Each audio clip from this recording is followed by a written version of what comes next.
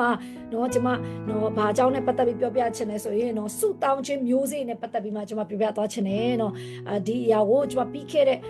ဘက်ကနော်ဒီကြာတာဗရင်းညမှာလဲကျွန်မဝေငှတဲ့အရာဖြစ်တယ်ပေါ့နော်ကျွန်မအရန်ကောင်းကြီးရလို့နော်ဒီ Zoom မှာရှိတဲ့လူတွေနော်ဂျိုဟိုကလူရော EPO ကလူနိုင်ငံတကာလူတွေကျွန်မမကြားရသေးဘူးဖြစ်တယ်ပေါ့နော်ဒီနှုတ်ကပတ်တော်မျိုးဆိုကျွန်မဒါလေးကိုပြန်ပြီးမှဝေငှချင်တာဖြစ်တယ်ပေါ့နော်ဆိုဆုတောင်းခြင်းမျိုးစေ့ခုနှစ်မျိုးနဲ့ပတ်သက်ပြီးမှကျွန်မဝေငှသွားချင်တာဖြစ်တယ်ပေါ့နော်ဆိုနော်ကျွန်မနော်ဒီနှုတ်ကပတ်တော်ကိုကျွန်မဒီနေ့မှာကျမ်းစာနည်းနည်းများဖတ်မယ်ဆိုတော့ကျွန်မနော်ရမယ်လို့ယုံကြည်နော်အိမ်မှာပဲဆိုတော့တည်ရမလားအေးဆေးပေါ့နော်ဆိုတော့အိမ်မှာပဲဆိုကျွန်မကျမ်းစာများဖတ်စေချင်တယ်နော်ကျွန်မဘယ်ကနေဖတ်စေချင်ဆိုမတ်တဲ့အခန်းကြီးကျွန်မ26အငယ်ကျွန်မ36ကနေဖတ်စေချင်တယ်နော်ဒီကျမ်းစာကယေရှုခရစ်တော်ကနော်ဂေဒရှမန်ဥယျာဉ်မှာနော်ဆုတောင်းတဲ့အချက်ဖြစ်ပါအဲ့ဆိုတော့ယေရှုကနော်ဒီနေ့မှာနော်ယေရှုကဒီရနဲ့ပတ်သက်ပြီးမှနော်ဆုတောင်းတဲ့အခါမှာနော်ဒီရဲ့ယေရှုခရစ်တော်ရဲ့ဆုတောင်းချက်ကိုကျမတို့သူတို့ကလေ့လာကြည့်မယ်ဆိုရင်ဒီအထက်မှာကျမတို့အများလျှို့ဝှက်ချက်တွေရှိနေတယ်ဆိုကျွန်တော်တွေ့ရတာဖြစ်တယ်နံပါတ်1ကတော့ယေရှုနော်ဆုတောင်းတဲ့အရာထဲမှာနံပါတ်1ကိုယ့်ဘဝမှာဖခင်တခင်အလိုတော်ပြည့်စုံလာဖို့ဆုတောင်းတာဖြစ်ပါတယ်နော်ကျမတို့လူတော်များများကမဖြစ်ချင်တဲ့ဘဝတွေနော်မပိုင်ဆိုင်ချင်တဲ့ဘဝတွေယခုလက်ရှိကာလမှာပိုင်ဆိုင်နေရတာဘာကြောင့်လဲလို့ပြောရင်အရင်ကလေးကဆုတောင်းခြင်းမျိုးစေ့ကိုဘဝမှာမစိုက်ပျိုးခဲ့လို့ဖြစ်ပါနော်တချို့တွေမကြမ်းမာခြင်းတွေကြုံရတယ်တချို့တွေမတရားမှုတွေကြုံရတယ်တချို့တွေဆုံးရှုံးမှုတွေကြုံရတယ်နော်တချို့တွေလမ်းလွဲတဲ့အရာတွေကြုံတွေ့ရတယ်နော်တချို့တွေကနော်အိမ်ထောင်ရေးနဲ့ပတ်သက်ပြီးမှနော်စိတ်ဆင်းရဲရတယ်ကိုမိသားစုထဲမှာ၎င်းကိုညီကိုမောင်မထဲမှာ၎င်းတချို့ကိုယ်တိုင်၎င်းနော်ကြုံတွေ့ရတယ်ဘာကြောင့်လို့နော်မကြုံချင်တဲ့အရာတွေကိုကျမတို့ဘဝမှာနော်ကျမတို့ကြုံတွေ့နေရတာလေလို့ပြောရင်ကျမတို့ဆုတောင်းခြင်းမျိုးစေ့မဆိုင်ထားလို့ဖြစ်ပါတယ်ဒီကနေ့မှာနော်ကျမတို့ကဘာလုပ်ရမလဲကြိုတင်ပြီးမှဆုတောင်းထားဖို့လိုအပ်တယ်နော်ကျမတို့ဘာမဆိုနော်နော်ကျမဒီစောက်တုပ်ဖတ်တဲ့အခါမှာအရန်ကျမသဘောကျတဲ့စာသားတစ်ခုရှိတယ်သူကဘာပြောလဲဆိုတော့ဒီအိမ်ဆောက်တဲ့လူပေါ့နော် construction တမားတွေကပြောတဲ့စကားတစ်ခုရှိအဲ့ဒါပါလဲဆိုနှခါတိုင်းမိမှပဲတစ်ကိုဖြတ်ပါတဲ့နှခါတိုင်းမိမှပဲတစ်ကိုဖြတ်ပါတဲ့ဆိုလိုချင်တဲ့သဘောကပါလဲဆိုရင်နှခါပေတံကိုတိုင်းနော်တစ်ကိုတင်နှခါတေချာတိုင်းနော်တိုင်းမိမှဖြတ်တယ်ဆိုရင်ပို့ပြီးမှတိကျမှာဖြစ်တယ်တင်နှခါမတိုင်းမဲနဲ့တခါလေးတိုင်းပြီးဖြတ်လိုက်တယ်ဆိုတစ်ကပြတ်သွားပြီဆိုဆက်ရတာမရတော့ဘူးဖြစ်တယ်ဘာမှဆိုရင်ပိုသွားပြီလိုသွားပြီဆိုရင်အဆင်မပြေတော့ဘူးဖြစ်တယ်အဲဆိုတော့ဆုတောင်းခြင်းကလည်းကျွန်တော်ဘဝကိုဝိညာဉ်ရေးရမှာကြိုးပြင်ဆင်ခြင်းဖြစ်ပါနော်ဆိုကျွန်တော်တို့ဘာလို့ရမလဲဆုများတောင်းဖို့လို့အခုကျွန်တော် DMC မှာနော်21ရက်အစာရှောင်ဆုတောင်းနေတာရှိတယ်ဂွင်းဆက်ဆုတောင်းနေတာရှိတယ်အဲ့လိုအချိန်ရတယ်ဆိုရင်တရက်ကိုတနားဖြစ်2နာရီဖြစ်ပါဝင်မှာနော်ဂွင်းဆက်ဆုတောင်းမှာတင်ပါဝင်ဖို့လိုအပ်တယ်နော်အကယ်လို့တင်မပါဝင်နိုင်ဘူးဆိုရင်လည်းကျွန်မအားပေးခြင်းကြားမှာအားတဲ့အချိန်တွေမှာပါဝင်လို့ရတယ်နော်သူက24နာရီဂွင်းဆက်ဖြစ်နေတာဖြစ်တယ်နော်အဲ့ဆိုတော့ကျွန်မအားပေးခြင်းနဲ့နော်ကိုယ့်ရဲ့အသက်တာမှာနော်တကယ်ပဲကိုယ့်ဘဝမှာကိုယ့်ရဲ့အနာဂတ်နဲ့ပတ်သက်ပြီးမှကြိုတင်ဆုတောင်းဖို့လိုအပ်တယ်နော်အခုဆိုရင်နော်ကျွန်တော်တို့အတင်းတော်မှာ21ရက်ဂွင်းဆက်ဆုတောင်းရှိတယ်နော်တချို့တွေကလည်းအစာရှောင်ဆုတောင်းတာရှိတယ်တချို့တွေကလည်းအစာမရှောင်နိုင်ဘူးဆိုဆုတောင်းတာ join တာရှိတယ်ကျွန်မဆိုရင်အခုရက်40အစာရှောင်နေတာဖြစ်တယ်နော်ရက်40အစာဘာဖြစ်လို့ကျွန်မရက်40အစာရှောင်လဲဆိုဖခင်တခင်ကျွန်မပြီးခဲ့တဲ့နှစ်နော်30နဲ့31မှာကျွန်မကြွက်ထိုင်းရေးနဲ့ဖခင်တခင်ကျွန်မကိုစကားပြောလို့ကျွန်မဒီနှစ်စမှာကျွန်မရက်40ရှောင်တာဖြစ်တယ်တကယ်တော့ကျွန်မရှောင်ဖို့အဲ့လောက်စိတ်ကူးမရှိဘူးเนาะစုဝဲတောင်းမယ်ကျွန်မเนาะအစာတော့မရှောင်တော့ဘူးပေါ့เนาะဒါပေမဲ့လည်းကျွန်မဆုံးဖြတ်ချက်ချတယ်။ကြွက်အထိုင်းရေးတဲ့အခါမှာနှုတ်ကပတ်တော်ဖျားဖွင့်ပြတာကိုကျွန်မရတဲ့အခါမှာရက်40ရှောင်နေတာဖြစ်တယ်။ဟာမလွယ်ဘူးเนาะဗိုက်ရန်စားတယ်ကျွန်မဆိုခရီးတွေကတစ်ချိန်လုံးတွားနေတာဆိုเนาะသူများတွေကတကုံစားပြနေเนาะတမျိုးပြီးတမျိုးเนาะကိုမတော့เนาะဤပိုးသွားလဲမစားရကင်မရာဟိုင်းလဲသွားလဲမစားရเนาะဂျိုဟိုသွားလဲမစားရเนาะလာမဲ့ပတ်တွေမှာစင်ကူပြန်သွားပြလဲမစားရနဲ့เนาะအဲဆိုတော့เนาะရက်40ရှောင်နေတာဖြစ်တယ်เนาะသူများစားရင်မစားချင်ဘူးလားပြောစားချင်တာပေါ့เนาะဒါပေမဲ့လည်းကိုတည်းမှာဆုံးမဖို့လိုအပ်တယ်เนาะကိုအသက်တာအတွက်เนาะအနာဂတ်မှာဖျားခင်ပါတာရဲ့ဘိတ်တွေအတုံးပြုတ်ဖို့ရနေစက္ကန့်နေတာဖြစ်ပါကြိုတင်ပြင်ဆင်ဖို့လိုအပ်တယ်ဟာလေလုယာအမေဆုတောင်းခြင်းဆိုတာကျွန်တော်တို့အနာဂတ်ကိုကြိုတင်ပြင်ဆင်နေတာဖြစ်တယ်နော်အဲ့ဆိုတော့အရေးကြီးတာကလေဆုတောင်းတဲ့အခါမှာအရင်အရေးကြီးတာကကိုဖြစ်ချင်တဲ့အရာပဲဖြစ်လာဖို့မဟုတ်ပါဘူးဖခင်တခင်အလိုတော်ကျွန်တော်တို့ဘဝမှာပြည့်စုံဖို့ဆုတောင်းရမယ်ဟာလေလုယာအမေဂေသရှေမန်ဥယျာဉ်မှာယေရှုဆုတောင်းတာက သူဖြစ်ချင်တဲ့အရာအတွက်ဆုတောင်းတာမဟုတ်ပါဘူးဖခင်တကယ်အလိုတော်သူ့ဘဝမှာပြည့်စုံပါစေဆိုတဲ့အရာကိုဆုတောင်းတာဖြစ်တယ်ဟာလေလုယာဘယ်နှစ်ယောက်ဒီနှစ်စမှာအဲ့လိုဆုတောင်းဖို့ဆုံးဖြတ်မလဲဒီနေ့ကြားတဲ့နှုတ်ကပတ်တော်အဖြစ်ကျွန်မတင့်ကိုဒီညကြားတဲ့နှုတ်ကပတ်တော်ကိုဒါမှမဟုတ်တင့်ကိုဆုံးဖြတ်ချက်ချစေခြင်းဟာလေလုယာကိုဘဝမှာကိုဖြစ်ချင်တာတဲ့ဖခင်ဖြစ်စေခြင်းတဲ့အတိုင်းဖြစ်လာဖို့ဆုတောင်းရအောင်ဟာလေလုယာအာမင်ကျွန်မလည်းဒီမှာယေရှုကကျမ်းစာမှာရေးထားတယ်နော်ဘာရေးထားလဲဆိုတော့ကျမ်းစာမှာယေရှုဆုတောင်းတဲ့အရာဤခွက်တည်တဲ့အကျွန်ုပ်ကိုလွန်တွားနိုင်တယ်လွန်တွားပါစေတဲ့တို့တော်လဲအကျွန်ုပ်အလိုရှိတဲ့အတိုင်းမဖြစ်ပါစေနဲ့တဲ့ကိုတော်အလိုရှိတဲ့အတိုင်းဖြစ်ပါစေအငယ်39မှာရေးထားဟာလေလုယာအာမင်ဒီဆုတောင်းချက်ကရန်ခတ်တယ်နော်တကယ်ကောင်းပြောတာပါဘဝမှာလေကျမတို့ကကိုဖြစ်ချင်တာတခုဖျားလောက်ခိုင်းတာတခုဖြစ်နေတတ်တယ်ဒီထဲမှာဘယ်နှယောက်လို့ကြုံရလဲမသိဘူးနော်ဟာကိုဖြစ်ချင်တာတော့တစ်မျိုးဒါမဲ့နော်ဖျားကိုလောက်ခိုင်းတာတစ်မျိုးyou know တနေ့တော့လွဲနေသလိုလိုပဲဒါမဲ့လွဲလေးလည်းကောင်းပါနော်ဖျားလိုတော့အကောင်းဆုံးပဲဟာလေလုယာအာမင်ဘာလို့ကျမဘဝမှာလဲလို့ပဲဟာကိုဖြစ်ချင်တာတော့နော်တစ်မျိုးဒါမဲ့အခုဖျားခင်လောက်ခိုင်းနေတာတစ်မျိုးဖြစ်တယ်နော်အဲ့ဆိုတော့တခါကြိုင်နားမလဲဒါမဲ့လည်းနားမလဲလဲနာခံလိုက်ပါဘာဖြစ်ဆိုအဆုံးတက်မှာကောင်းကြီးဖြစ်ဖို့ရန်အတွက်ဖြစ်တယ်ဟာလေလုယာနံပါတ်1ဆုတောင်းခြင်းမျိုးစေ့ဟာဒီနေ့တင်တဲ့ကျမတို့တရားမှာကိုဖြစ်ချင်တဲ့အရာဖြစ်တာမဟုတ်ဘဲနဲ့ဖခင်တခင်အလိုတော်ကျမတို့ဘောမှာပြေးဆုံးလာဖို့ရန်အတွက်ဖြစ်တယ်အာမင်ဒါနှစ်စမှာအခုချိန်မှာတင်ဆုတောင်းမှာဒီတစ်နှစ်လုံး2026မှာကိုရောကျွန်တော်ဖြစ်ချင်တဲ့အရာတွေဖြစ်လာဖို့မဟုတ်ဘဲနဲ့ဖခင်တခင်အလိုတော်ကျမဘောမှာပြေးဆုံးပါစေဟာလေလုယာအာမင်အဲ့ဆုကိုကျမတို့တောင်းဖို့ရန်အတွက်ဖြစ်တယ်โอเคနံပါတ်1အနေနဲ့ကျွန်မဆုတောင်းစီခြင်းနဲ့ရရှိတယ်အဲ့ဒါဘာလဲဆိုရင်နံပါတ်1အနေနဲ့ဆုတောင်းခြင်းကဘာဖြစ်စီဆိုဝိညာဉ်ရေးရမှာပို့တတ်မှလာတာဖြစ်တယ်ပြောကြအောင်ငါဝိညာဉ်ရမှာတတ်မှဖို့လိုတယ်ဟာလေလုယာအာမင်လူတော်များများကလေဝိညာဉ်ရေးရမှာတလိုက်ကြားလိုက်လူတွေအများကြီးရှိတယ်ဟုတ်တယ်နော်ဟုတ်လားလူတော်များများဝိညာဉ်ရမှာတလိုက်တချို့ဆိုရင်ဖျားကြောင်တလိုက်ပြန်ပြောက်သွားလိုက်တလိုက်ပြန်ပြောက်သွားလိုက်တလပေါ်လာလိုက်နောက်တလပြောက်သွားလိုက်မုံလုံးရေပေါ်လို့ပဲပေါ်လိုက်ပြောက်လိုက်ဟုတ်လားတချို့ကလည်းခဏနေဆိုရင်ဆယ်ဘုတ်တို့ပေးပြီးခဏနေဆိုရင်ဆယ်ဘုတ်တို့ပြန်ချီးသုံးပြန်ပြီးတော့တို့မှာတစ္ဆာမရှိနိုင်နော်လူပဲပြောက်လိုက်ပေါ်လိုက်ဖြစ်တာမဟုတ်ငွေကြီးလည်းပြောက်လိုက်ပေါ်လိုက်ဟုတ်လားအဲ့လိုရှိရလူလည်းရှိတယ်တချို့ကတော့ခဏဆိုအရင်ဖျားစိတ်အားကြီးပြန်ပြီးရှက်ခါလာပါထိုက်ဆုံးမှတက်ကြွဆုံးလည်းတူပဲဟာလေလုယာအာမင်အာမင်ထူးတာလည်းအကျယ်ဆုံးလည်းတူပဲနောက်တလားဆိုပြန်ပြောက်သွားပြန်ပြီနော်ဘတ်စလိုက်ပြန်ဖြစ်သွားပြန်ပြီအဲ့လိုလူတွေအများကြီးကျွန်တော်တွေ့ရတာဖြစ်တယ်အဲ့လူတွေကျွန်မအပြစ်မမြင်ပါဘူးဘာကြောင့်မလို့ကျွန်တော်တို့ဘဝမှာတက်လိုက်ကြလိုက်အဲ့လိုဖြစ်နေတာလေဆိုကျွန်တော်တို့ဆုတောင်းခြင်းအားမရှိလို့ဖြစ်ပါဆုတောင်းတဲ့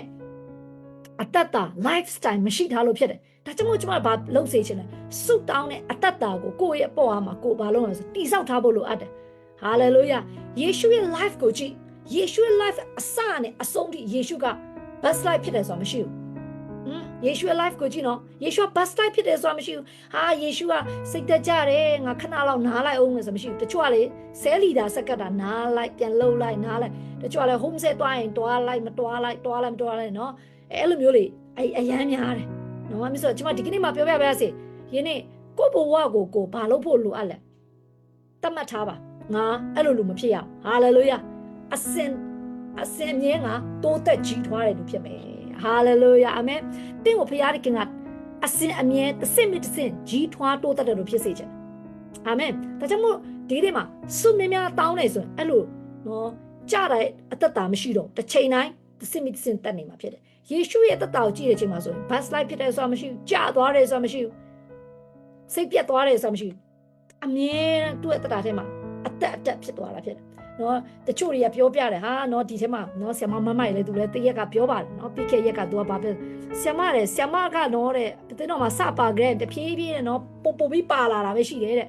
သူများတို့ကြာသွားလိုက်ပြန်ပြောက်သွားလိုက်နော်အဲ့လိုမျိုးမရှိဘူးတဲ့နော်သူကကျွန်မပြောတယ်ဂျေဇုတော်ပဲဘာကြောင့်မို့ကျွန်မလည်းအရင်စူးစမ်းလို့တော့မဟုတ်ပါဖခင်တခင်ဂျေဇုရဲ့မဆခြင်းအဖြစ်ဖြစ်တယ်ဖခင်တခင်ဂျေဇုတော်ကနော်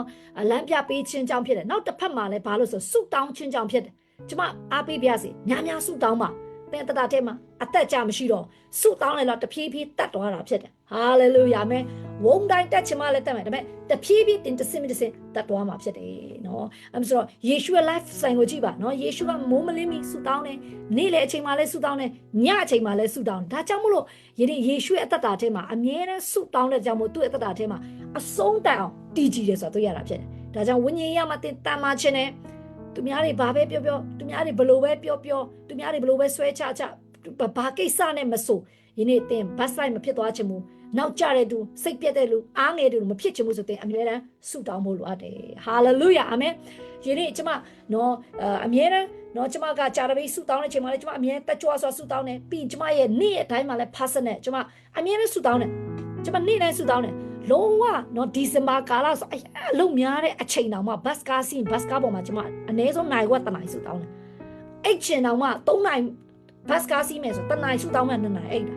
နော်ကျမအမြဲအဲ့လိုလုပ်တယ်ပင်ပန်းတယ်ဒါပေမဲ့လည်းကျမကိုဘယ်လိုမျိုးပြောမလဲငါဆုမတောင်းလို့မရဘူးငါအမြဲဆုတောင်းရမယ်ဟာလေလုယာငါနမိတ်လက္ခဏာလို့တယ်ဖခင်ရဲ့မဆခြင်းလို့တယ်ဖခင်ထောက်ပံ့ခြင်းလို့တယ်ဟာလေလုယာမယ်ကျမအဲ့လိုဆုတောင်းတာဖြစ်တယ်ဒါကြောင့်ဖခင်တခင်ကယနေ့ကျမအသက်တာကိုလည်းတစင်ဖခင်တခင်ပို့ဆောင်တာဖြစ်တယ်နော်ဒီမှာရှေ့ညီကိုမောင်မလေးလည်းကျမအပိတ်ခြင်းတင်းဝိညာဉ်ရေးရမှာပိုတန်မာခြင်းနဲ့ဆိုရင်များဆုတောင်းပါဟာလေလုယာအာမင်ဆုံးဖြတ်ချက်ချပါဝိညာဉ်ရေးရမှာတန်မာခြင်းနဲ့ဆိုရင်များဆုတောင်းဖို့လိုတယ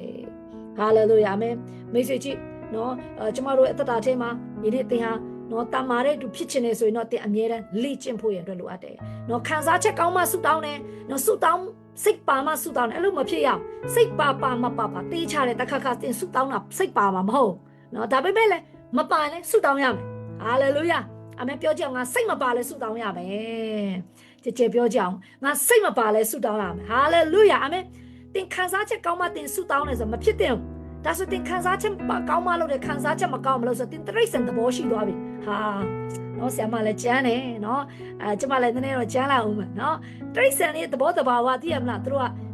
စိတ်ပါမလို့တဲ့စိတ်မပါမလို့ကျမတို့ကတရိတ်စံမဟုတ်ဖြစ်တယ်ကျမတို့ဖခင်ကအုံနောက်ပေးထားတာဖြစ်တယ်ဉာဏ်ပညာပေးထားတာဖြစ်တယ်ဟာလေလုယာအာမင်ဒံယေလတက်တာထဲမှာကြည့်ပါဒံယေလတက်တာထဲမှာတရက်ကို3ချိန်တဆိုင်မက်သူကဆုတောင်းတယ်ဒါကြောင့်မို့သူ့ရဲ့တက်တာကိုကြည့်ပါသူ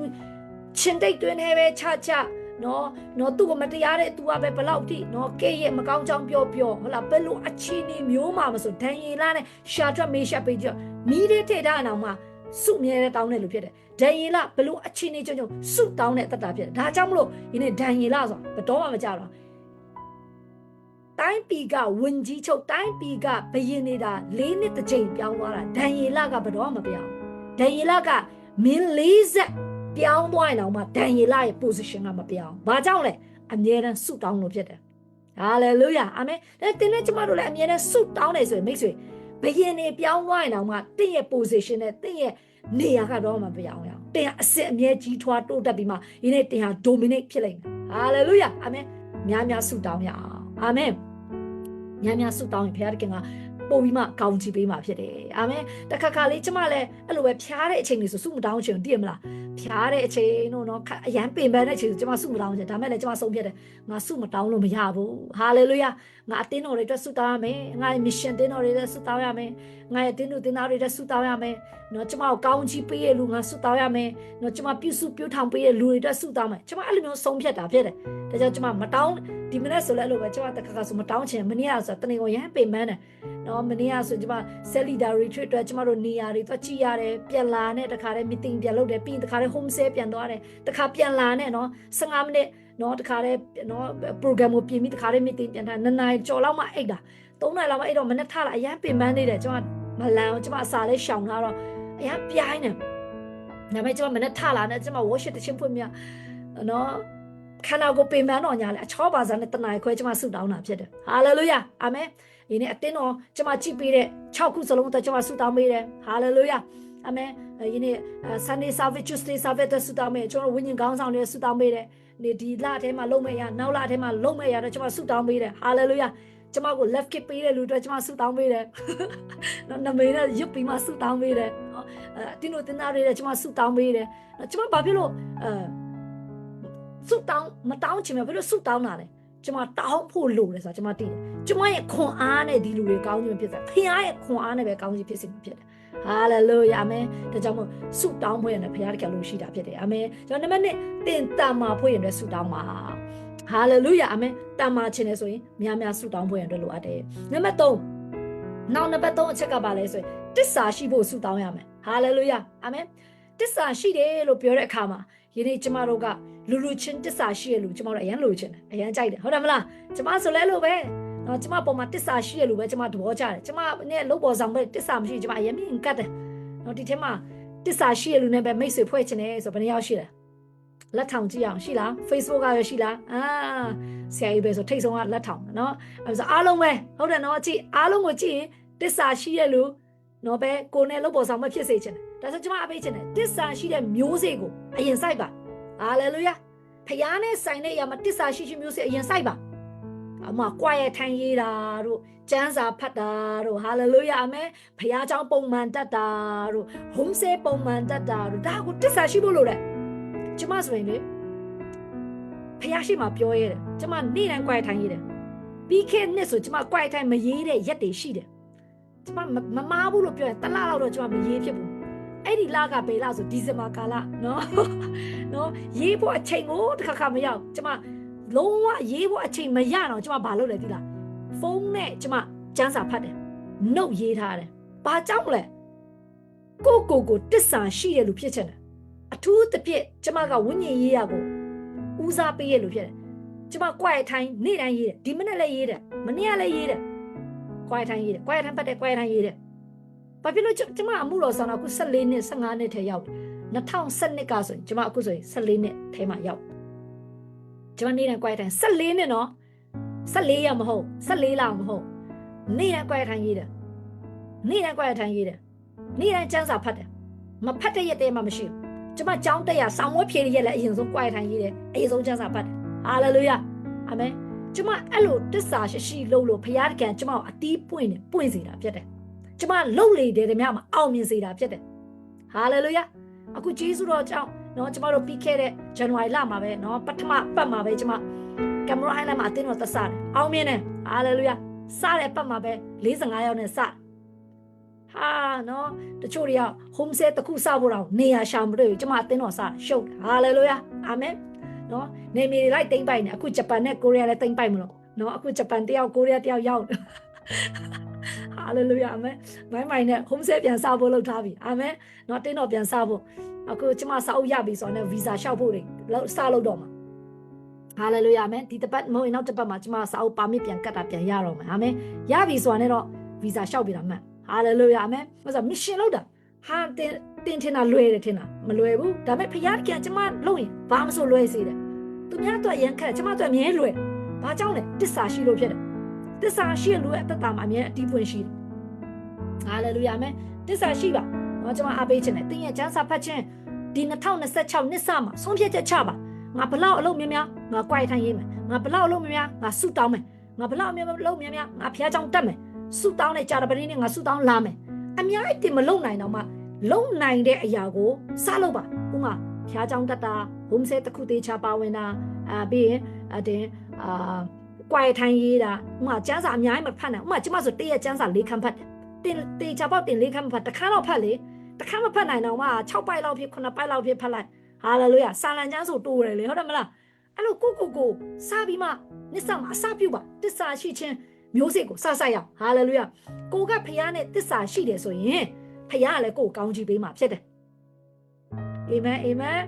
်အာမင်အာမင်တစ္ဆာရှိခြင်းမျိုးစေ့ကိုစိုက်ပါကိုဘဝမှာလဲကိုဖခင်ပေးရလူတွေတစ္ဆာရှိရလူဖခင်ကပေးလာမှာဖြစ်တယ်ကျမကိုယ်တိုင်လဲကျမဝိညာဉ်ကောင်းဆောင်နောက်ကိုတေချာလိုက်တယ်တစ္ဆာရှိနေတယ်ပြီးတော့တစ္ဆာရှိခြင်းထဲမှာလေဖခင်ထားတဲ့နေရာမှာလဲနေဖို့လိုတယ်တချို့ကကြောက်လေဖခင်ကသူ့တနေရာမှာထားတယ်သူကတနေရာနေခြင်းတယ်အဲ့ဒါလည်းအဆင်မပြေဘူးဖြစ်တယ်ဖခင်ထားတဲ့နေရာမှာနေပါဖခင်ထားတဲ့နေရာမှာတစ္ဆာရှိအစေခံပါဖခင်ထားတဲ့နေရာမှာတစ္ဆာရှိလို့ပါဖခင်ထားတဲ့နေရာမှာအကောင်းဆုံးဆက်ကပ်ပါဒီနေ့သင်ရဲ့တစ္ဆာရှိခြင်းကတင့်ဘဝကိုကောင်းခြင်းမင်္ဂလာဖြစ်စေမယ်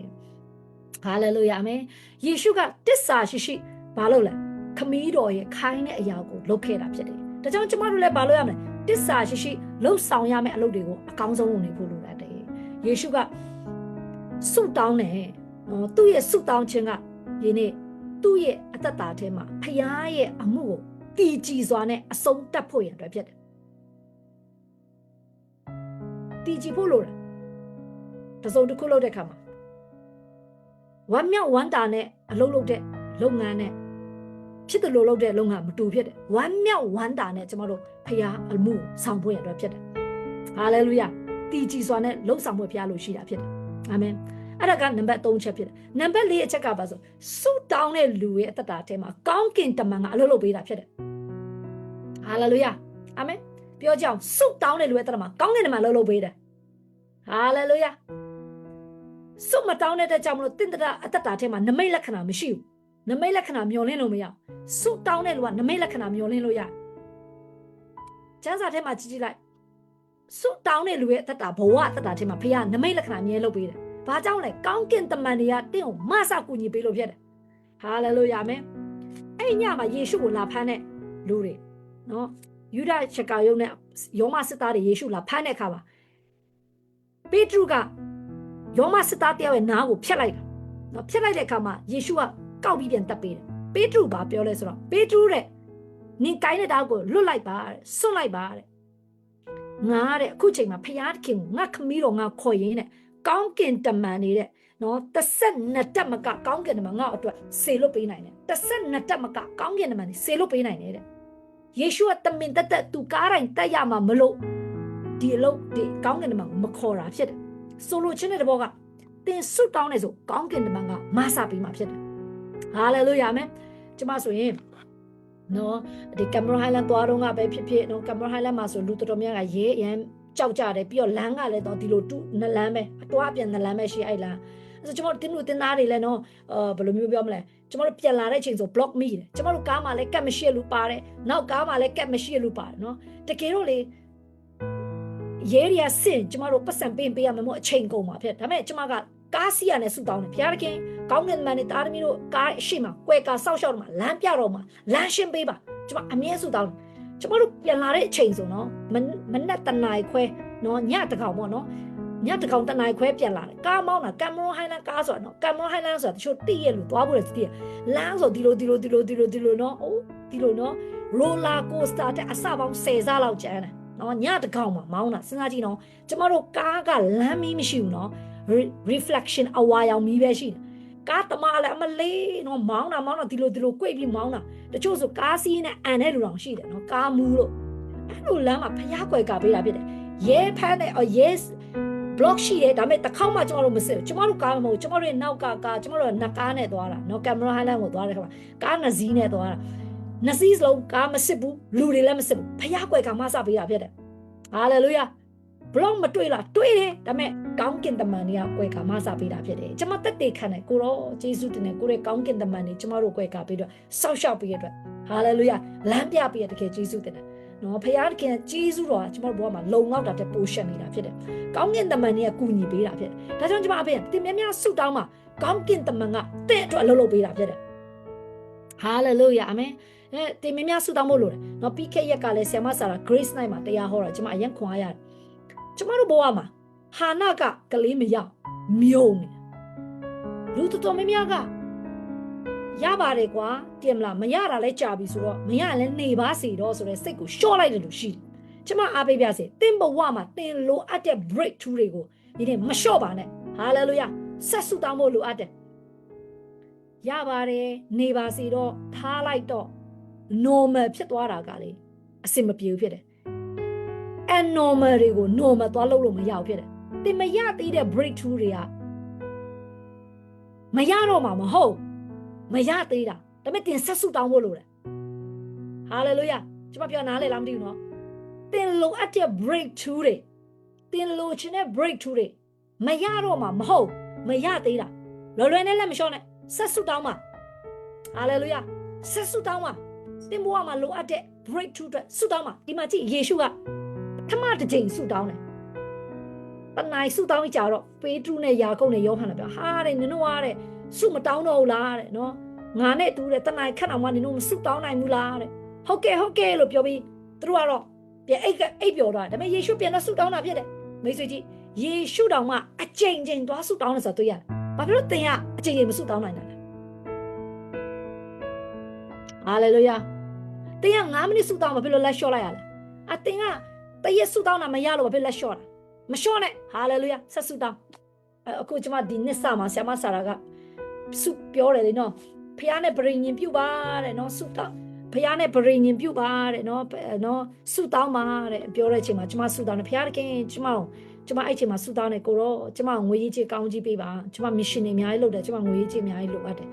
နော်ကျမမစ်ရှင်မှာလိုအပ်တဲ့ music ပစ္စည်းတွေဝယ်ဖို့လိုအပ်တယ်အိမ်ငှားဖို့တွေလိုအပ်တယ်တင်တန်းတွေလုပ်ဖို့လိုအပ်တယ်camp တွေလုပ်ဖို့လိုတယ်ကျမဆုတောင်းတယ်နော်ကျမကားခတွေအများကြီးလိုတယ်ကျမဆုတောင်းတယ်ဘုရားတခင်ကျွန်တော်ပြောကိုတော့တလောက် ringgit တသိန်းနဲ့ပေးပါ hallelujah ဒီနှစ်ထဲမှာ hallelujah မယ်တလောက် ringgit တသိန်းနဲ့ပေးပါမယ်တသိန်းပြောတာအခုလောစင်တော့တသိန်းတောင်မှရတာမဟုတ်ပါဘူးเนาะleft kick က3200ပဲရတာဒါပေမဲ့လည်းကျွန်မတောင်းတဲ့စုကတသိန်းဖြစ်တယ် hallelujah မယ်ကြီးတောင်းဖို့လိုအပ်တယ်เนาะ1000တောင်မှမပြည့်သေးပါဘူးเนาะရတာဒါပေမဲ့ကျွန်မတောင်းတယ်ကိုတော့တသိန်းပေးပါเนาะတသိန်းရတယ်ဆိုရင်ကိုတော့9000ကိုအလူငွေထည့်မယ်3000ကျွန်မတုံးမယ်လို့เนาะစုတောင်းထားတယ် hallelujah ပြည့်လာမယ်မကြခင်မှာအာမင်ဒီနေ့တော့တေချာပေါက်ဒီနေ့တော့ပြည့်လာမှာမဟုတ်ဒါပေမဲ့တရက်ကျရင်ပြည့်လာမှာအရင်ကတော့ကျမလည်းအရင်ကဆိုဆူတောင်းမှုလေကိုတော့လက်ခောက်2000လေးရစီပါအဲ့တော့900ပဲရတယ်ခင်မှာတကုံဆူတောင်းခဲ့တာဒါပေမဲ့ချက်ချင်းတော့မပြည့်ပါအချိန်တစ်ခုရလာပြည့်လာတာဖြစ်တယ်အရင်တော့ ringgit 1000ဝင်ငွေရဖို့ဆူတောင်းခဲ့ဘူးလေဒါပေမဲ့မရလာဘူးလားဆိုအခုရလာတာဖြစ်တယ်ဒီကိစ္စမှာကျမဘာကိုပြောချင်လဲလက်ခအတိုင်းပဲတင်အသက်ရှင်လို့မရဖခင်နမိတ်လက္ခဏာအသက်ရှင်ရမယ်ဟာလေလုယာအာမင်ပြောကြငါလက်ခနဲ့အသက်ရှင်တာမဟုတ်ဘူးဖခင်ကောင်းခြင်းနဲ့အသက်ရှင်တာဟာလေလုယာအာမင်ကျမလို့ပြောတယ်ကျမလက်ကိနဲ့အသက်ရှင်တာမဟုတ်ဘူးဖခင်ကောင်းခြင်းနဲ့အသက်ရှင်တာအာမင်နမိတ်လက္ခဏာအသက်ရှင်တာကျမပြီးခဲ့ရက်ကလေဒီဇင်ဘာကာလမှာကျမအလူငွေတွေကုန်ထည့်လိုက်တာအလူငွေဘာမှမရှိတော့နော် ringgit 1000ခွဲထည့်လိုက်ကျမမှာဘာမှမရှိပွဲနှစ်ပွဲကကျမပဲအစဆုံး sponsor ကျမထည့်တာအကုန်တော်ဝင်ယူတာအဲ့ဒါကျမတရက်တော့အဲ့ဒီ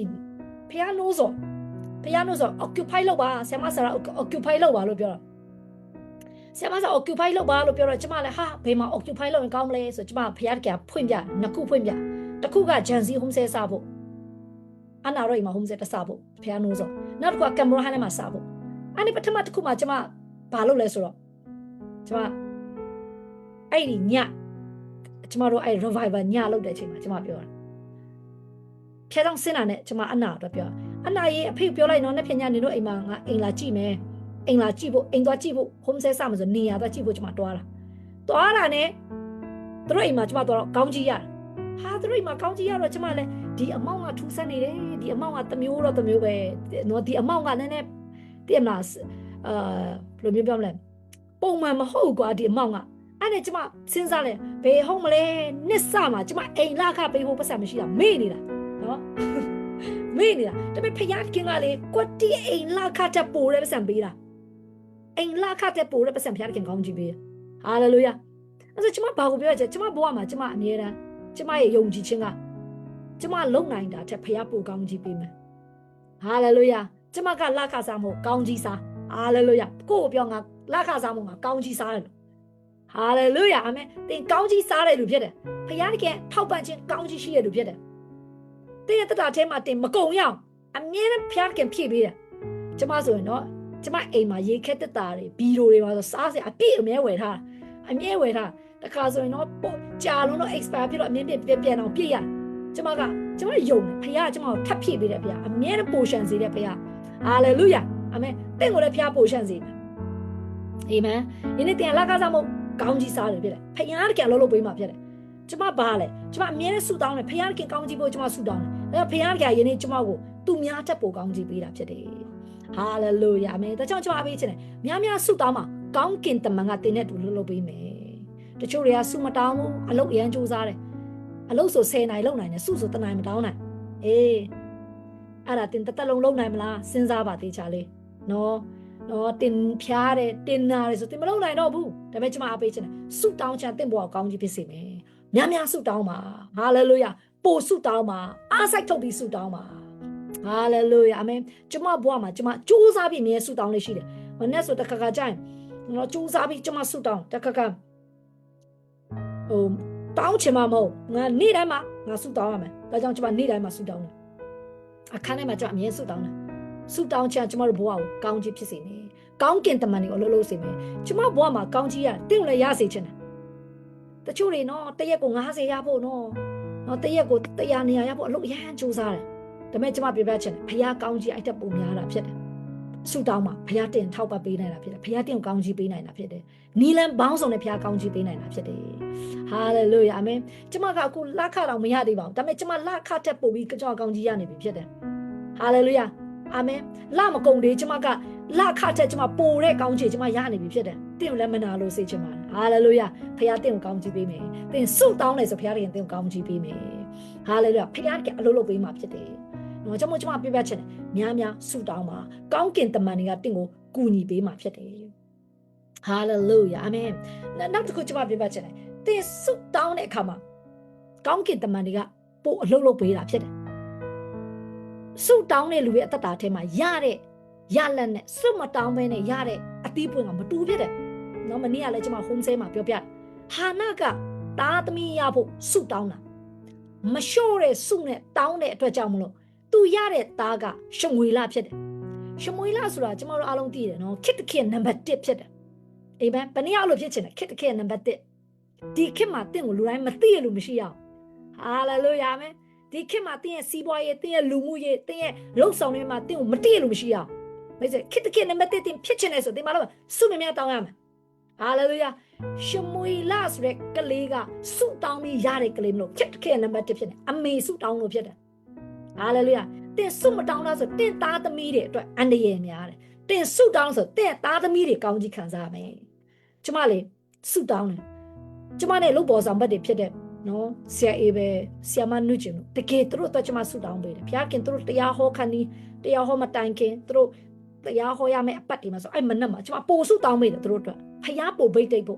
ပို့ပြီးဘုရားခင်သူတို့တုံးဖို့ယနေ့ပို့ပြီးမှလုံနိုင်ဖို့ကျမတကယ်ဆုတောင်းဘာကြောင့်မလို့လ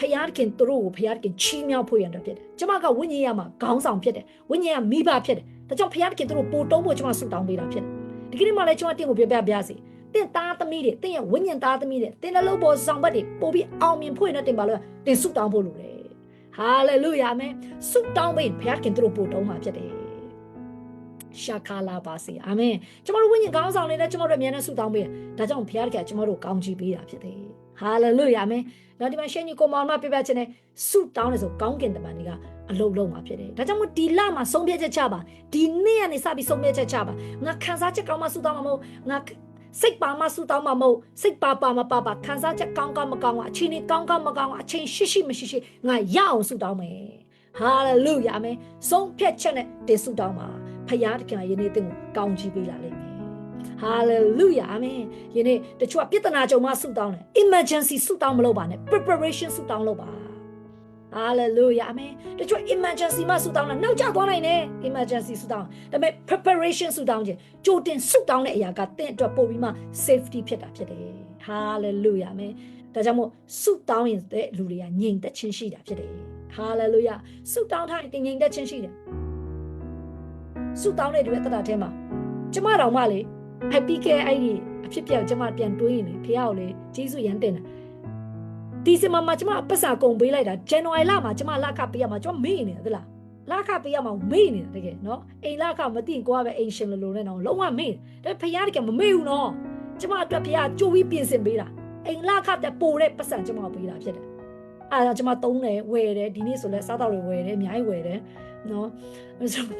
ပါဦးပြောချင်ဖယားတကယ်အရင်ကကျမပို့ပြီးကောင်းကြည့်ပေးဖယားခင်ဖြစ်တယ်ဟာလေလုယာကျမအိမ်လားခါတက်မိပဲဖယားကျမအိမ်လားခါတက်မမိပဲဖယားဘယ်လောက်ကောင်းမြတ်လဲဟာလေလုယာအမေဒါကြောင့်ကျမဖယားပေါ်ရန်စိတ်ချကျမအမြဲတမ်းဆုတောင်းဖယားကျမပို့ကောင်းကြည့်ကျမလာခစားမို့ကောင်းကြီးစားတယ်ဖြစ်တယ်ဖယားငါ့ကိုကောင်းကြည့်ပေးမယ်ဟာလေလုယာအာမင်နောက်ကကျမဆုတောင်းပြချင်ဒီမှာငါချက်ဆုတောင်းခြင်းကတန့်ရှင်းစေတယ်ဟာလေလုယာတဲ့တော့တန့်ရှင်းစေတယ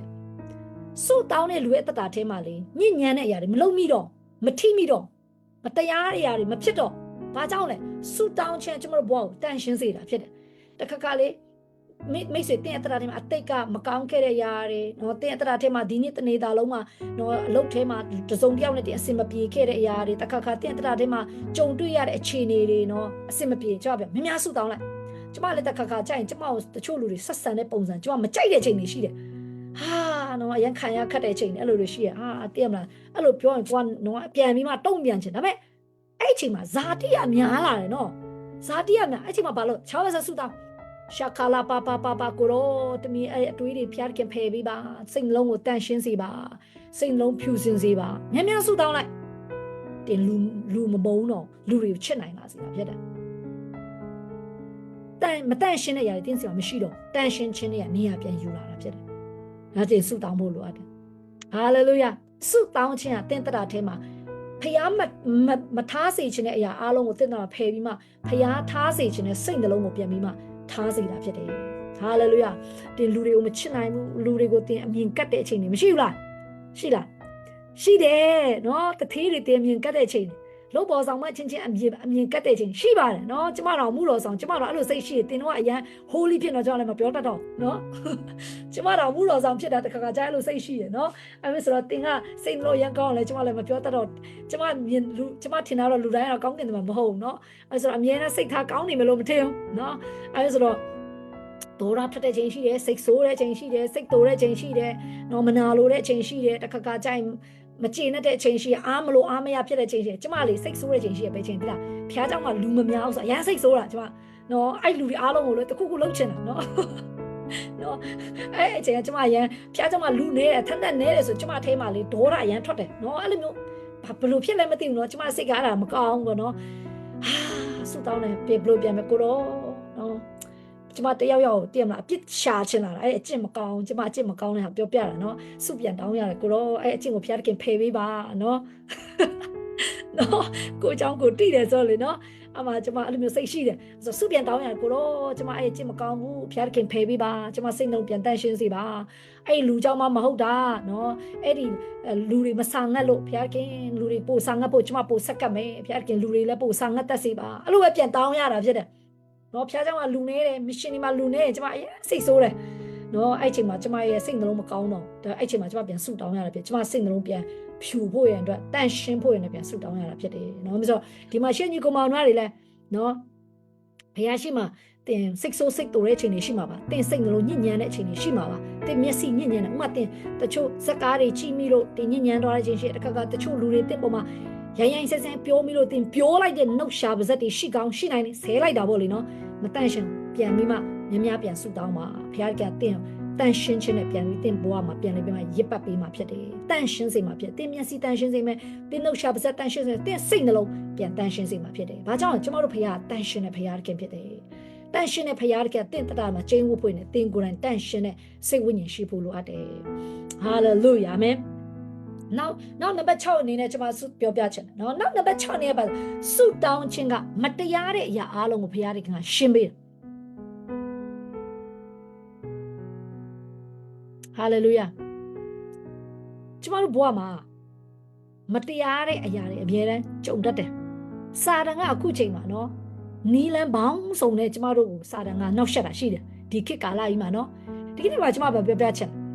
တင်ဆုတောင်းနေဆိုမတရားမှုတွေဘုရားကဆုံးမပေးမှာဖြစ်တယ်ဟာလေလုယာအာမင်တင့်ကိုဘဝမှာတင့်ကိုလာပြီးထိခိုက်တဲ့မတရားတဲ့အရာအလုံးဘုရားကဆုံးမပေးမယ်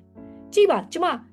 မတရားတဲ့စာတန်ကတွေဟောက်တော့ရှင်တိတ်ကြတော့အဘဲတူကိုဝါမျိုးရလို့စောင့်နေတယ်ယောဟန်အခန်းကြီး30နဲ့30စာတန်ကတင့်ကိုချောင်းမြောင်းနေတတိထားပါနော်အဲဆိုငွေကြီးကိစ္စနော်တင်စိတ်သက်ကြအောင်စိတ်ပြောင်းလုပ်လိုက်မယ်တချို့မိန်းကလေးယောက်ျားလေးကိစ္စဒီခေတ်ကာလမှာနော်ဖုန်းမှာနော်ချောလေးလှလှလေးမယုံနဲ့မလေးနော်အပြင်မှာအဲ့ယုံမဟုတ်နော်ဖုန်းမှာဆိုအသားဖြူနေအပြင်မှာမဲတူးနေနော်ဖုန်းမှာတော့ဖုန်းမှာတော့လုံးဝ sick bed တွေပဲအပြင်မှာတော့နော် one bed ပဲနားလည်မယ်လို့ယုံကြည်တယ်နော်နော်တချို့တွေကတော့နော်ရုပ်အပြင်မှာတော့ Facebook ထဲမှာတော့အရန်ချောတယ်အပြင်မှာတော့နော်ဆုပ်ပြက်နဲ့နေတဲ့လူတွေအများကြီးပဲFacebook ထဲမှာတော့နော်တခါတည်းဘယ်နေရာမှာနေတာဘယ်လိုပုံစံနဲ့နေတာနော်အစင်တန်းဘလောက်ပတ်စံဘလောက်ရှိကြောင်းနော်သူတို့ပုံစံအားလုံးနေထိုင်နေ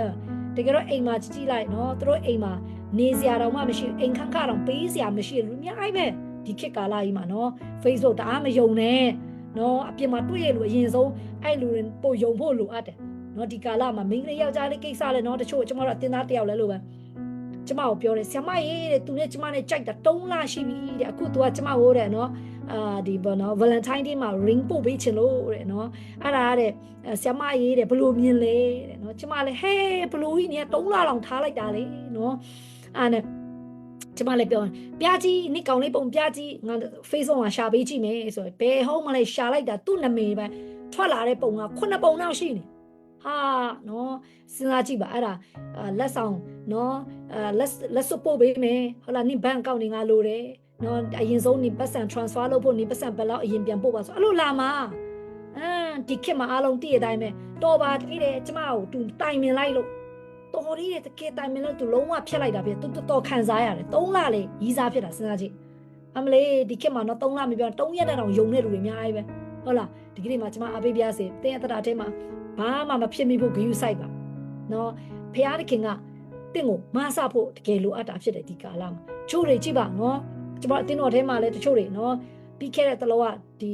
နိုဝင်ဘာလဲအောက်တိုဘာတော့ကျင်တယ်ကော်ဖီတဲ့နော် online ကနေကော်ဖီရောင်းတာဆိုမှနော်ကော်ဖီပဲ investment လုပ်တာပါသွားတာလေအမလေးတောင်းနေချီပဲကျမတချို့ဆိုကျမကားစီးတဲ့ငါတို့ကားဆရာတော်ကျမပြောတယ်မလုံးနဲ့ဆရာမဆရာတဘောမတူဘူးဆရာမဆရာပြောရတာမကောင်းဘူးနော်အစင်မပြေဘူးနော်တိတ်ပြီးမတေချာဘူးနော်တေချာကျမလေးကိုကတော့သိရမလားစေတနာပြောလိုက်အဲ့လိုပြောပြီးမှဟုတ်ကဲ့တဲ့ဘေးကတငယ်ချင်းတော်မတဲ့အမျက်တွေက600 900ရနေပြီဆိုမှ2000ထဲလိုက်တာပါသွားရောအမလေးကျမပြောတယ်နင် left kick ငါ့ကို2000တောင်မပေးဘူး2000ပဲ200တောင်နင်ငါ့ကို left kick မပေးဘူးအခု2000ပါသွားပြီလို့စနေနော်အကြီးကျယ်နော်သူများတော့မစိတ်မကောင်းဖြစ်နေပါလို့ဆိုတော့နော်အနာဘောဒုတ်ကြအောင်တော့ပြောပေးတာအဲ့နဲ့ကျမသူ့ပြလဲနေငါ့ကို left kick တောင်နေရမပေးဘူးလို့2000ပါလားတွေ့လာလို့ငါနေပြောတာဘာလို့နေသက်ယုံလားဆိုဟုတ်တယ်ဆိုသူကလည်းနော်ဟာကျွန်တော်အရင်နောင်တရသွားပြီတဲ့နောင်တရတော့နောင်တဆိုနောက်မှရတာနဲ့အခု2000ပါသွားပြီနော်2000ရဖို့ဆိုလူတယောက်ကမလေးရှားမှာအလုပ်လုပ်ဘယ်လောက်ပင်ပန်းလဲနော်2000ရဖို့ဆိုတလားလုံးဟလားကိုထားချင်တဲ့ချိန်နဲ့မထားရပဲနဲ့အရင်အလုပ်လုံးမှ1500 2000လေးရတာနော်ရှိပါရုပ်တဲ့10%နေမသွားတာနော်အဲ့ဒါဆိုမတရားတဲ့အရာတွေအားလုံးဖျားစီရင်ပေးနိုင်တယ်ဒီကနေ့မှကျွန်မအပေးချင်တယ်ကျမ်းစာထဲမှာလေယေရှုကဆုတောင်းတဲ့သူဖြစ်တယ်ယူဒရှကာတို့ကဆုမတောင်းယူဒရှကာတို့ကယေရှုကိုရောင်းစားဖို့လုပ်တာအလေအညမှာပဲနော်ယူဒရှကာတို့ကယေရှုကိုလာပြီးမှ kiss လာပေးတယ်တဲ့နော် our leader ပေါ့နော်ငါတို့ရဲ့ Jesus ဆိုမဲ့ kiss လာပေးတာ kiss လာပေးတဲ့ချိန်မှာသူ့ရဲ့အမတ်သားက kiss ပေးတယ်လို့ဖမ်းပေါ့တင်တိလားမသိဘူးနော်ဆုတောင်းလို့တော့ထိလို့မရဆုတောင်းလို့တော့ထိလို့မရတင်မီးပွင့်သွားလိမ့်မယ်တင်ဆုတောင်းလို့တော့ထိရင်အကြောင်းယူပဲအိမ်ကြပါပြောလဲ if you gonna touch me you gonna finish တင်ဆုတောင်းလို့တော့ထိရင်တင်မီးပွင့်သွားလိမ့်မယ်ဘာကြောင့်လဲဆုတောင်းတဲ့လူက power ရှိတယ်ကောင်းကင်သမတ်နဲ့အလုပ်လုပ်ပေးတယ်ဆုတောင်းတဲ့လူရဲ့တတာထဲမှာ level မြင့်တာဖြစ်တယ်တင်သွားမထိနဲ့အဲ့လိုနော်ကျမကလေကျမမတရားလာမလုံးနဲ့ကျမတကုံဆုတောင်းတာ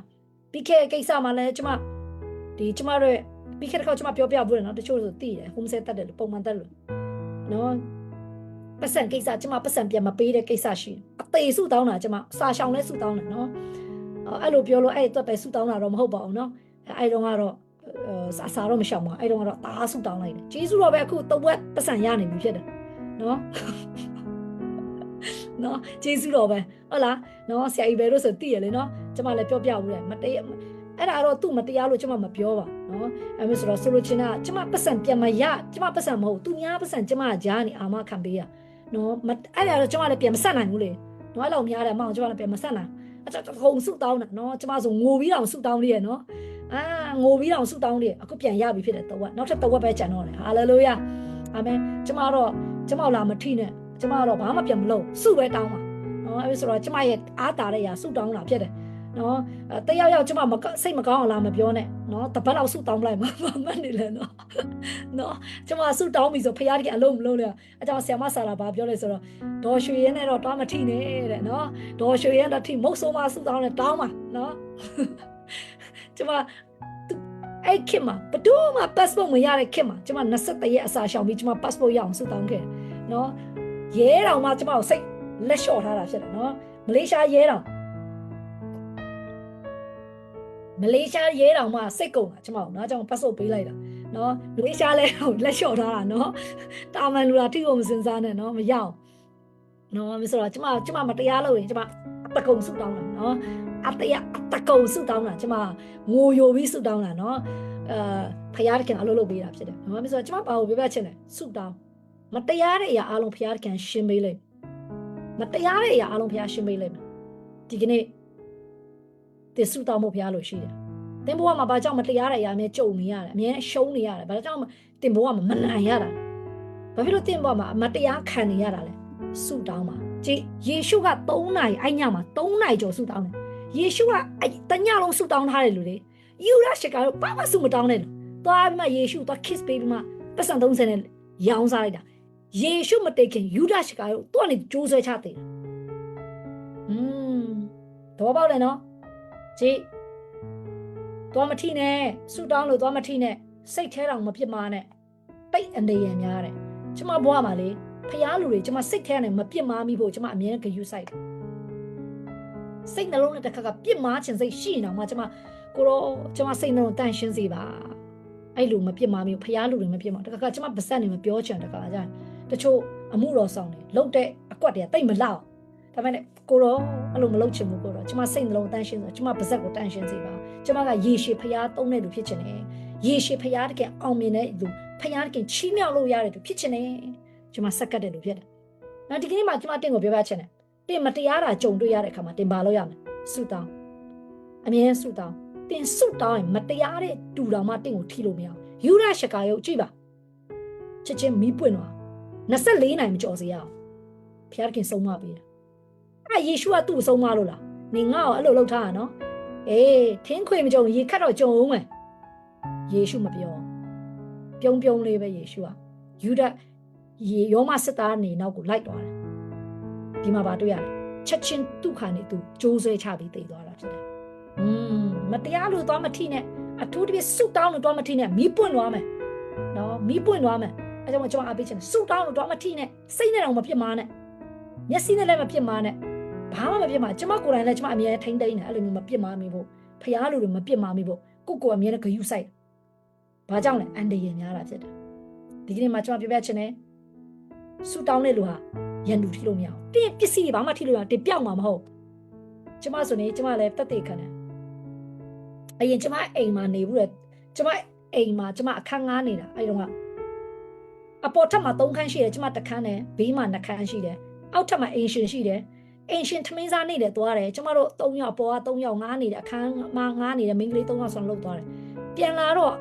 အိမ်ရှင်ရဲ့ပစ္စည်းလဲringgit 3000ကျော်လောက်ပါသွားတယ်2000ကျော်3000ကျော်ပစ္စည်းချို့တွေပါသွားအပေါ်ထပ်မှာနေတဲ့လူတွေသူ laptop တွေသူပတ်စံတွေအကုန်လုံးနှခမ်းမှာကျမအခန်းဆိုတော့တတိလေးပဲခတ်ထားတာတကူကဘာမှလည်းခိုးလည်းမခိုးထိလည်းမထိတော့တော့မဖြုတ်တော့မိတ်ဆွေကြီးစူတောင်းတဲ့လူရဲ့ပစ္စည်းဘယ်သူမှထိလို့မရဘူးဟာလေလုယာဖခင်တင်းပစ္စည်းအစကာကွယ်ပေးတယ်တင်းပစ္စည်းအစစောင့်ရှောက်ပေးတယ်ဟာလေလုယာအာမင်ဒါတော့ဒီမှာရှင်ကြီးကိုမောင်မတွေမစိုးရိမ်နဲ့တင်းပစ္စည်းတွေဘာမှမထိရအောင်တင်းဥစ္စာဘာမှမထိရအောင်ဘာကြောင့်လဲတင်းဆူတောင်းလို့ဖြစ်တယ်ဟာလေလုယာဆူတောင်းတဲ့လူတွားထိတယ်လို့မီးပွင့်သွားမယ်ယူဒရှကာတို့ယေရှုတွားထိဖို့လုပ်တယ်ယူဒရှကာတို့24နိုင်မကြောက်ပွဲပြီးသွားတယ်ဒီကနေ့မှာကျွန်မပေးချင်တယ်ဆူတောင်းလို့တော့မထိပါနဲ့တင်းကိုယ်တိုင်ဆူတောင်းတယ်ဆိုလည်းရန်သူတင်းထိလို့မရအောင်ဖြစ်တယ်ဖခင်တခင်ကအဲ့လူဆုံးမပြီးမှဖြစ်တယ်ဟာလေလုယာအာမင်ကြည့်ပါဒံယေလဆူတောင်းတယ်ဒံယေလကတရက်3ချိန်ဆူတောင်းလို့ဖြစ်တယ်ဒါကြောင့်မလို့ဒံယေလကရှင်ဒိတ်တွင်းနဲ့ရောက်လဲရှင်ဒိတ်မကိုက်ဒါပေမဲ့ဒံယေလပြန်ထွက်လာတဲ့အခါမှာတော့ကျန်တဲ့ဝင်ကြီးချုပ်တွေအားလုံးရှင်ဒိတ်ကိုက်စားပလိုက်ဟာဆူတောင်းလို့သွားမထိနဲ့ရှင်ဒိတ်ကိုက်ပြီးသိမ်းမယ်မိထိပြီးသိမ်းရှာတော့မေရှာပေးတဲ့နီကောမိသွင်းနေကြတာမသေးလို့ဘယင်ကတခြားဝင်ကြီးချုပ်ဂုံချောတဲ့ဝင်ကြီးချုပ်တွေအားလုံးမိသေးပြန်တပ်လိုက်တာဒါဆိုကြီးဆူတောင်းလို့သွားမထိနဲ့မိပွင့်သွားမယ်ဒီကနေ့မှာကျွန်မအားပေးပါစေ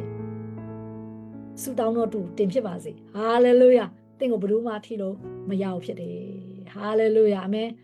ပြောကြည့်အောင်ငါဆူတောင်းအားကြီးရဲ့လူဖြစ်တယ်ငါ့ကိုဘယ်သူမှထိလို့မရဘူးဟာလေလုယာအာမင်တင့်ကိုဘယ်သူမှထိလို့မရဘူးဖြစ်တယ်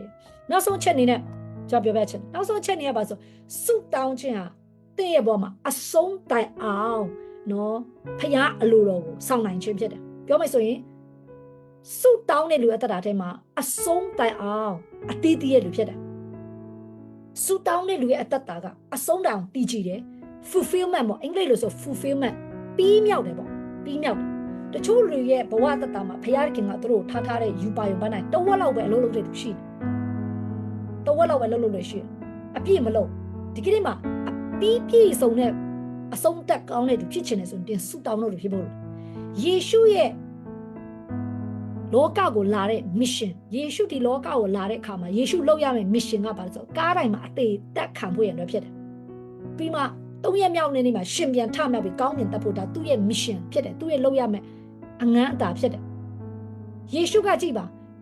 နောက်ဆုံးအချိန်ထိတည်ကြည်တယ်သူရှောက်ရမယ့်လမ်းကိုမငီးမညူပဲနဲ့အဆုံးတောင်ကားတိုင်းမှာအသေးခံတဲ့အထိဘယ်သူမှမဖြစ်မှာ wow oh my goodness ကျမတို့ကဆိုနည်းနည်းပြဿနာကြုံပြီဆိုဘယ်သူကဖြစ်တင်ရမလဲမသိဘူးကျမတို့ကရှာတတ်တယ်ဒါပေမဲ့ယေရှုကလေဘယ်သူမှဖြစ်မတင်ဘူးနော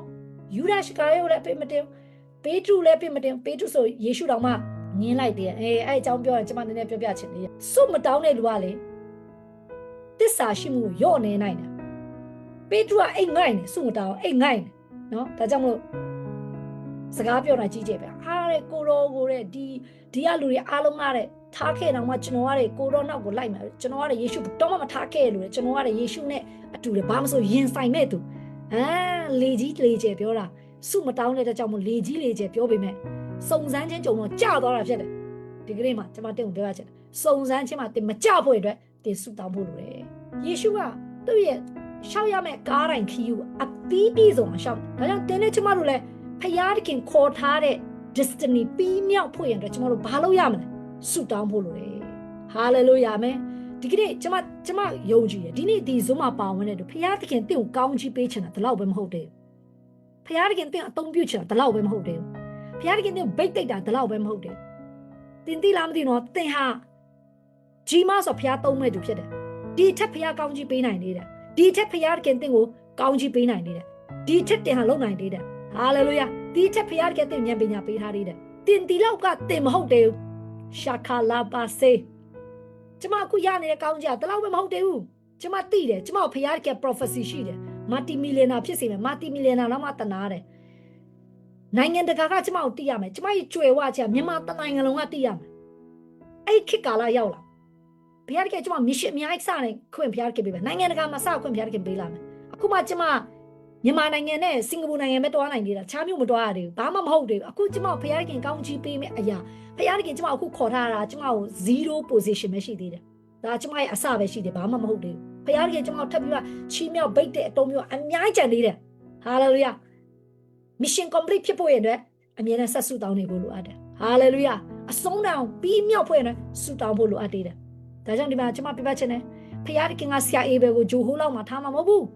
နိုင်ငံတကာအတွက်ဖျားခင်ထားမှာဖြစ်တယ်။သူဖျားခင်နိုင်ငံတကာချီးမြှောက်ဘိတ်တဲ့တုံးမျိုးမှာဖြစ်တယ်။သူစုကြီးစုကြီးတဲ့ပေါ်လွင်လာအောင်မှာဖြစ်တယ်။ဘောလုံးကွဲမှာတရားဟောရအောင်မှာဖြစ်တယ်။ဟာလေလုယာ။အာမင်။ကျွန်မယုံကြည်တယ်။ဟာလေလုယာ။ဖျားခင်တင်ကောင်းချီးပေးမှတလောက်ပဲပေါ့။ဒီချက်အများကြီးရှိသေးတယ်။နော်ဆရာအေဗာတေးချာ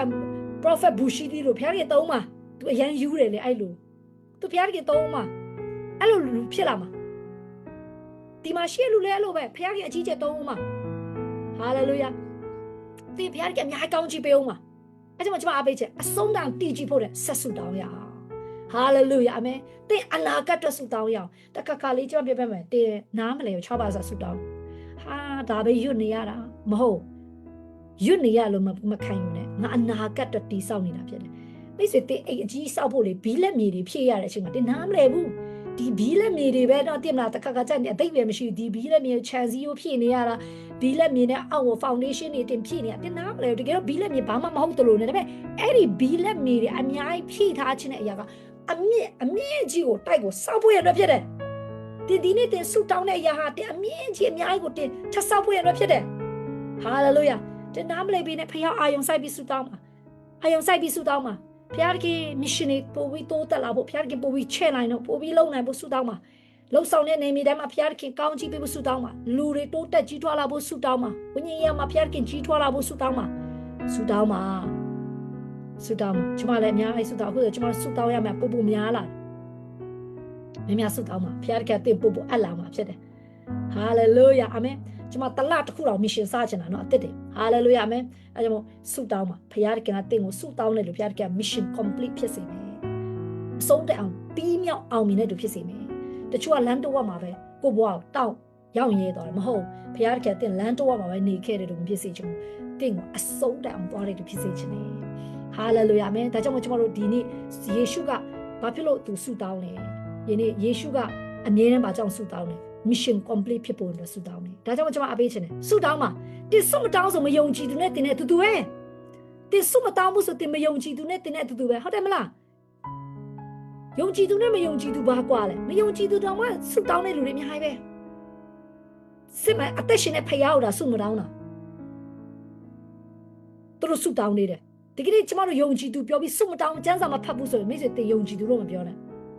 တင်ခရစ်တော်ကိုနောက်လိုက်တဲ့တို့ Christian ဆိုတာ Christ like ယေရှုနဲ့သူတော်သူဖြစ်ရမယ်ယေရှုနဲ့သူတော်သူဟာဝိညာဉ်ရေးရာရှိတော်သူဖြစ်တယ်ကျမ်းစာဖတ်ခြင်းနဲ့ဆုတောင်းခြင်းနဲ့အစာရှောင်ခြင်းနဲ့ Hallelujah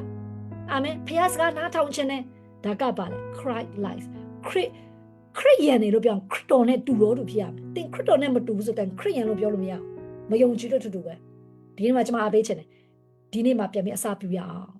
တင်ရဲ့ပြီးခဲ့လတွေပြီးခဲ့ရက်တွေမှာဘလို့ပဲတင်နေထိုင်ခဲ့ပါစေအသက်ရှင်တန်ခဲ့ပါစေဒီနေ့မှာပြန်ပြီးဆုံးဖြတ်ချက်ချရအောင်ဆုတောင်းတော့သူဖြစ်ပါစေဖခင်နဲ့တွာလာတော့သူဖြစ်ပါစေဟာလေလုယာမဲအတူခဏတော့ဆုတောင်းရအောင်